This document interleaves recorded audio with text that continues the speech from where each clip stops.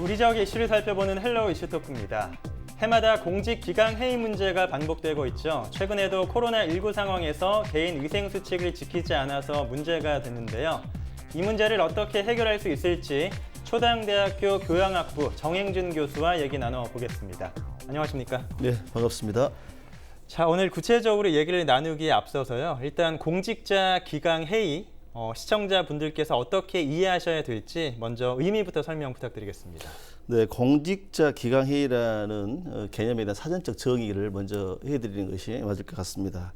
공직자라는 것은 말 그대로 공적인 직무를 수행하는 사람을 일컬습니다. 우리가 흔히 말하는 공무원, 또 공무원을 비롯한 공공단체라든지 공공기관에 근무하는 그 직무를 보는 사람을 우리 공직자라고 볼 수가 있고요. 또 네. 두 번째 개념인 기강회의라는 것은 제가 한번 이게 우리가 포트를 한번 찾아봤습니다.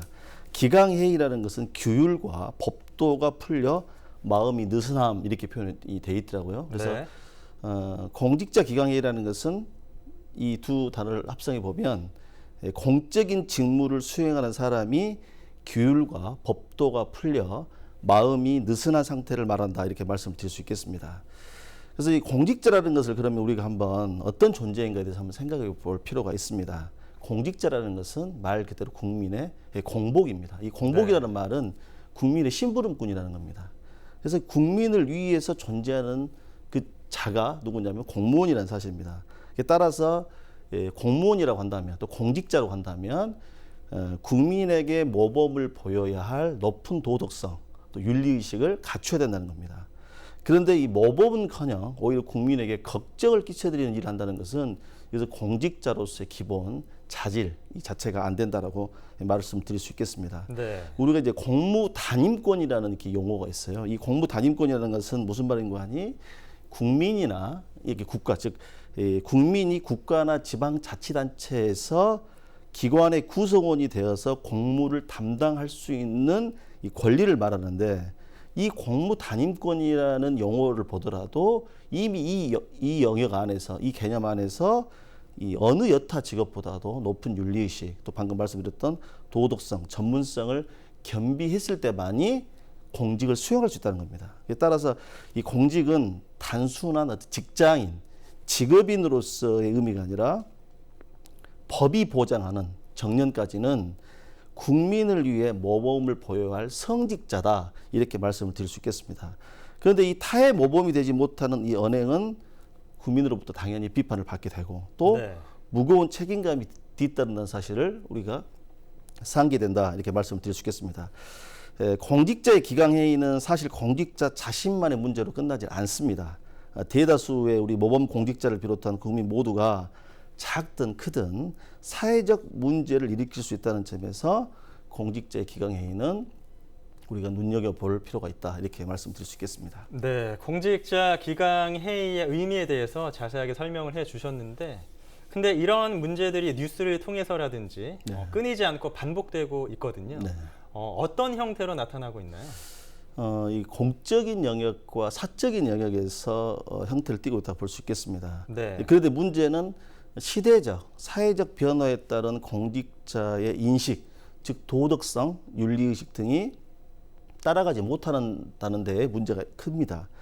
특히 이 공적인 영역에서 보면 이 직무 관련 금품 수수라든지 부정부패, 또 국고를 낭비한다든지 또 공금을 횡령한다든지 유용한다든지 또 뭐 최근에 나온 얘기입니다만은 뭐 시간의 수당이라든지 가족 수당 부정수급 또 하물며 이제 학자금을 또 일부 지원을 받거든요. 이 수당에서 또 그 부분에 대한 또 부당 수령이라든지 또 요즘도 굉장히 이슈가 되고 있는 직장 내 갑질이라든지 네. 또 민원인을 상대로 하는 갑질 이런 부분들이 공적인 영역에서 기강회의의 어떤 양태를 보여준다 말씀드릴 수 있겠고 또 사적인 영역 마찬가지로 굉장히 지금 이슈가 되고 있습니다. 우리 앵커님도 잘 아시겠습니다만은 지금 뭐 성폭력 관련 그다음에 부동산 투기 지금 뭐 이 부동산 투기만 하더라도 얼마나 이슈입니까? 지금 뭐 청와대 공직자들, 고위 공직자들 뭐 2주택 이상 뭐 보유하고 있는 게 무슨 뭐 사회적 문제냐 뭐 이런 부분들 이게 법적으로 문제는 아니다 할지라도 절대 국민의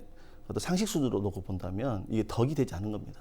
공직자로서의 처신이라는 것은 바로 윤리, 도덕, 법적인 영역 외에도 인간의 상식으로서 이 시대가 요구하는 시대의 어떤 보편적 기준에 비춰봤을 때 자기 언행을 한번 성찰해봐야 될 필요성이 있다는 겁니다. 또 특히나 요즘에 또 문제 많이 되고 있는 부분이 음주운전입니다. 네. 이게 음주 행위가 문제가 아니라 음주를 한 상태에서의 음주운전은 이것은 과거의 솜방망이 처벌식으로서 끝날 문제가 아닙니다. 굉장히 이 국민들의 지탄을 받는 행위거든요.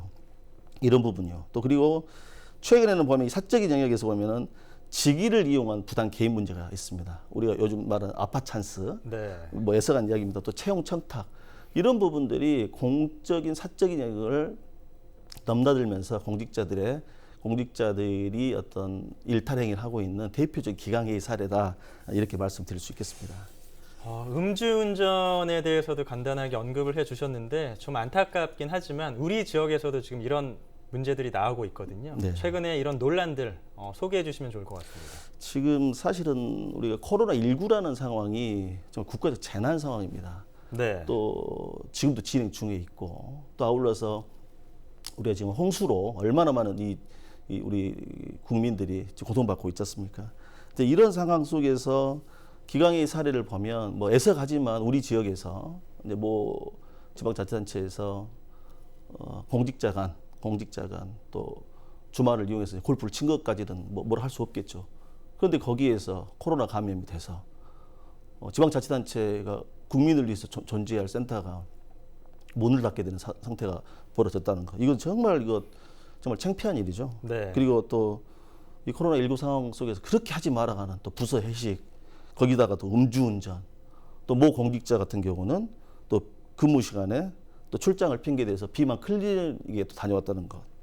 또 사회적 거리 2단계가 시행 중인데도 공무원과 지방 또 협력단체들 간에 또 낮에 거하게 또 음주를 곁들인 회식하시고 여기다 또 융시설까지 방문하시고 이런 것은 정말 어찌 보면 우리 아이들이 이런 뉴스를 보면 안 될 것 같은 네. 부끄러움이 있어요. 네. 그래서 이러한 것들이 다시 한 번의 과오나 한 공직자 한 번의 실수나 일탈로 끝나는 게 아니라 이게 공직사회 전체로 영향을 미친다는 겁니다. 네. 대부분의 성실한 우리 모범 공직자들만 사실은 도매급으로 피해를 보고 있다는 점에서 우리 정말 이런 일탈 행위를 막기 위한 근본적인 대책들이 좀 마련이 돼야 된다 이렇게 말씀을 드릴 수 있겠습니다. 그래서 여기서 하나만 덧붙여서 말씀드리자면 이제 처벌에 대한 문제 있죠. 이게 특히 지방자치단체의 경우에도 이 솜방망이 처벌이 지금 매 이 징계와 관련된 부분에서 언급이 되고 있습니다. 저도 지금 이제 지역에서 이제 지역 공직 단체에서 징계위원회를 지금 제가 담당을 하고 있습니다. 그래서 네. 이 부분에 대한 이제 논란들이 보면 제 식구 감싸기가 아닌가에 대한 우리 국민에 대한 눈치 의식을 좀 해야 될 필요가 있다. 그래서 강력한 처벌은 처벌로 하고 제가 또 이어서 말씀을 드리겠습니다만은 그런 부분들이 제대로 되지 않으니까 지금 이 난리통에 음주운전이 웬 말이고 이 난리통에 지금 골프가 웬 말이겠습니까? 이건 일반 직장인들도 사실 직장 내에서 그렇게 행동을 하면 안 된다는 거거든요. 네. 그래서 이런 부분들이 조속히 좀 시정이 돼야 된다라고 생각합니다. 공무원들은 이제 국민들에게 모범이 돼야 한다는 인식이 있잖아요. 네. 아까도 말씀을 해주시긴 했는데, 근데 이렇게 공직 기강 해임 문제가 계속 반복되면 좀 좋은 영향을 미칠 것 같지는 않거든요. 어떻게 보시나요? 이 모범이 돼야 되실 분들이 오히려 타의 모범이 안 되는 모습들을 우리 사회에 많이 보여주고 있습니다. 네. 이제 이렇게 되면 어떤 문제가 발생하냐면 가장 큰 문제는 법질서 확립의 근간이 흔들리게 된다는 사실입니다. 다시 말하자면 국가의 공권력과 국가에 대한 신뢰가 이게 금이 가기 시작한다는 겁니다. 다시 말씀드리자면 법을 수호해야 할 공직자가 어떻게 국민에게 법을 지키라고 자신 있게 말할 수 있겠습니까? 네. 즉 공권력의 신뢰가 떨어진다는 거죠. 다시 말하자면 국민과 국가 간의 신뢰가 약화되는 대표적인 사례가 바로 공직기강회의고 이것을 우리가 말하는 노블리스 오블리주라는 이 실천을 누구보다도 어떤 직업보다도 제가 좀 전에 말씀드렸던 성직자 수준의 공직을 수행할 때 그 공직자는 국민으로부터 사랑과 존경과 칭찬을 받을 수 있다. 그러나 그렇게 하지 않는 경우는 엄청난 비난과 비판을 받을 수밖에 없다는 시대적 상황이 왔다는 것을 우리 공직자들께서 인식하셨으면 좋겠습니다. 네, 법 질서 근간이 흔들릴 수 있다고 말씀을 해주셨는데 지금 상황에 좀 빗대어 보자면 네. 코로나19 때문에 뭐 개인 위생 수칙이라든가 방역 수칙 이런 걸 이제 정부에서 내려주잖아요. 네. 근데 이제 그런 상황에서 이제 그것을 공직자들이 지키지 않기 때문에 더욱더 좀 예민하지 않나 저는 그렇게 생각이 좀 들거든요. 네. 그러니까 코로나19 상황이기 때문에 더욱더 조금 이렇게 민감하게 반응할 수 있다고도 좀 생각이 드는데 어떻게 네. 보시나요? 예, 맞습니다. 네. 저만 보더라도 이번 이제 1학기를 제가 보내면서 저도 이제 아이를 키우고 있는 또 뭐 부모이기도 하고. 네. 그런데 제가 이제 한번 생각을 한번 해봤습니다. 여행을 한번 가보고도 싶기도 하고 또 다른 기관 종교 활동이라든지 사회 친목 활동들도 하고 싶은 욕구들이 굉장히 많았는데 그걸 절제했습니다. 절제하는 이유가 뭐냐면 제가 만약 하나라도 코로나19 확진이라든지 확진의 어떤 범위 안에 제가 이렇게 저촉이 된다 한다면 가장 큰 문제는 동료 교수와 제 수업을 들어야 할 학생들에게 학습권에 막 지대한 영향을 미쳐버린다는 사실입니다.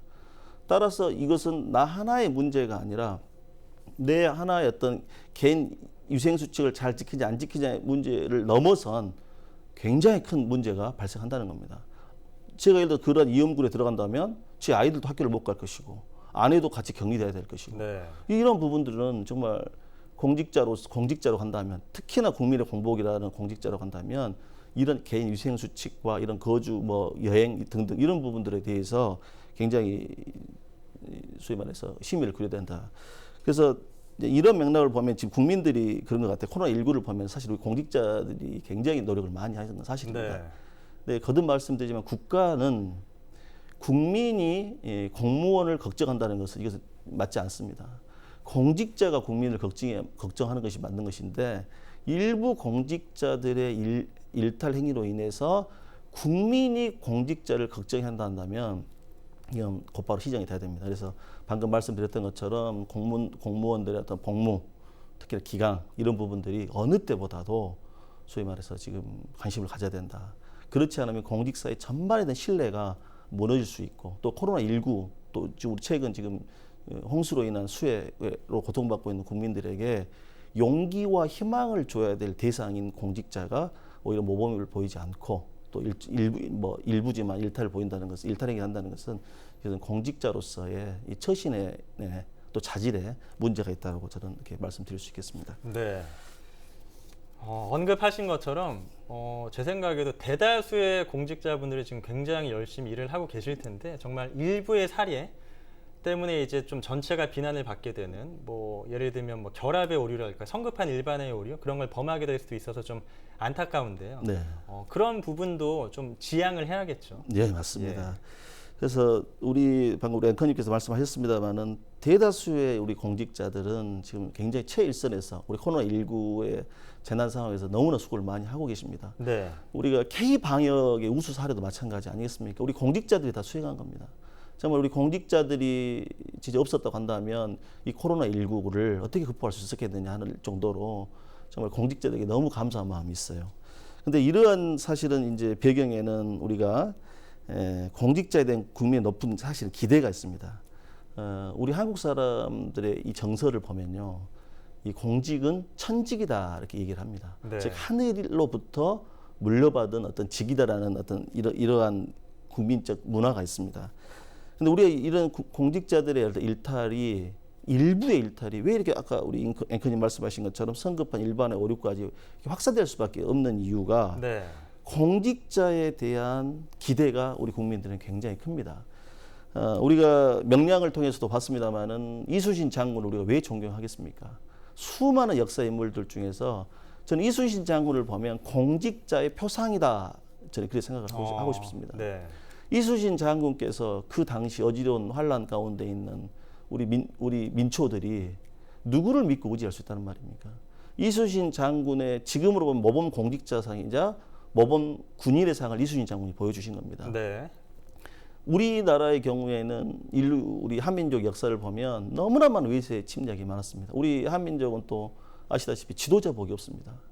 그래서 그 지도자들의 잘못된 선택, 지도자들의 오판, 또 탐가온 우리들의 이런 연유로 인해서 우리 민초들은 그 고통을 너무나 받았어요. 그러다 네. 보니까 우리 국민이 일종의 피해의식이 분명히 있는 건 사실입니다. 네. 그래서 공직자들, 즉 공직자가 문제라고 할 수 있지만 우리가 공직자가 아니면 누가 우리를 지켜줄 수 있느냐라는 그런 절박한 마음이 국민들 사이에 있다는 것을 우리 공직자들께서 인식해 주시고, 이런 과도한 또 내지는 과대한 기대가 오히려 공직사회를 더 튼튼히 만드는, 다시 말하자면 이런 공직사회 일탈에 대한 문제는 일부 공무원들만 이게 힘든 거거든요. 대다수의 국민들은, 우리 공직자들은 문제가 없습니다. 늘 청렴 결백한 형태로 모범 공무원 직무를 하면 되는 거거든요. 근데 불편한 것은 뭡니까? 그 일탈된 일부 공직자만 불편하다는 겁니다. 그래서 이러한 부분들이라든 기준이나 이러한 공직자들에 대한 기강회의, 이런 부분들이 우리 국민들이 이렇게 높은 관심을 갖고 있다는 것은 저는 개인적으로 봤을 때 우리 사회가 선진 사회로 가고 있다. 저는 이제 그렇게 말씀을 드릴 수 있겠습니다. 네, 저희가 지금 공직자 기강 해임 문제에 대해서 얘기를 나누고는 있지만 시청자분들께서도 정말로 대다수의 이제 공직자분들께서는 열심히 일하고 계신다, 이렇게 인식을 하시면 좋을 것 같습니다. 네, 맞습니다. 네. 자, 그러면요, 교수님, 이런 공직자 기강 해임 문제를 해결하기 위해서 어떤 방안이 필요할까요? 이것은 틀에 박힌 답밖에 없는 것 같습니다. 첫 번째는 공직 기강 확립을 위한 지도 감독이 강화돼야 됩니다. 네. 이것은 1000번, 10,000번을 강조하더라도 지나침이 없는 겁니다. 저는 이제 특히나 이 광역자치단체와 지방자치단체의 경우에는 이 공직 기강 확립을 위한 견고한 체제 구축이 강화될 필요가 있다 말씀을 드릴 수 있겠습니다. 왜 수많은 공직자 중에서 지방자치단체를 말씀을 드린 거 아니, 지방자치단체의 공직자들의 일탈이나 기강회의는 곧바로 우리 지역 주민의 삶의 질과 직접적 연관을 갖게 돼 있습니다. 그리고 또 선출직 또 이 공직자들이 지금 어찌 보면 이 장을 맡고 있는 상황에서 보니까 이 공직자들의 어떤 그 근무에 대한 일종의 그 복무에 대한 태도가 선거라는 또 이러한 메커니즘이 있기 때문에 자칫 잘못하면 또 이 느슨할 수가 있거든요. 네. 따라서 이를 예방하기 위해서 광역단체장이나 지방자치단체장부터가 정말 솔선수범을 해서 이 공직기강을 바로잡는데 노력을 해야 된다, 그렇게 말씀드릴 수 있고, 또 우리 지역에도 국가기관들이 굉장히 많습니다. 다시 말하자면 국가직 공무원을 말씀을 드린 겁니다. 국가직 공직자들 중에서 경찰이라든지 해양경찰, 교도관, 우리 목포 지역만 보더라도 목포지방해양수산청이라든지 또 검찰, 법원 등등 굉장히 많은 네. 국가 공무원들이, 국가 공직자들이 우리 전라남도 곳곳에 다 이 기관들이 있습니다. 그래서 이제 이러한 국가직 공무원에 대한 감찰, 감독에 대한 이 역량이 해당 기관에서 좀 더 강화돼야 될 것 같고, 또 특별히 이제 총리실이라든지 감사원에서 이런 직무 감찰에 대한 부분도 좀 더 확대돼야 된다라고 생각을 합니다. 제도적인 측면을 말씀해 주셨는데, 저는 이 공직자들의 마음가짐과 네. 또 국민들의 시각도 중요할 것 같습니다. 마지막으로 어떻게 바람직하게 나아가야 할지 말씀 부탁드리겠습니다. 네, 이 공직자들의 마음가짐에 대한 부분은 굉장히 중요하다고 봅니다. 첫 번째 공직자의 인식, 그리고 두 번째 공직자의 태도, 또 그에 따른 공직자의 과제가 있는데요. 이 공직자의 수준은 사실 국가의 수준입니다. 국가의 수준은 뭘로 평가를 받느냐? 공직자의 수준입니다. 네. 이 말을 다시 한번 정리하자면 우리 지역의 공직자의 수준이 우리 지역의 수준이고, 우리 지역의 수준이 곧 공직자의 수준이라고 이렇게 말씀드릴 수 있다는 겁니다. 그리고 다시 한번 말씀드리지만 코로나19와 또 우리 홍수로 인한 재난 상황 속에서 대다수의 공직자들은 우리 국민의 재산과 생명을 위해서 정말 살신성이 나는 그런 자세를 보여주고 있다는 측면을 우리 국민 모두가 반드시 인정하고 이 부분에 대해서 인식할 필요가 있다라고 말씀을 드릴 수 있겠습니다. 네.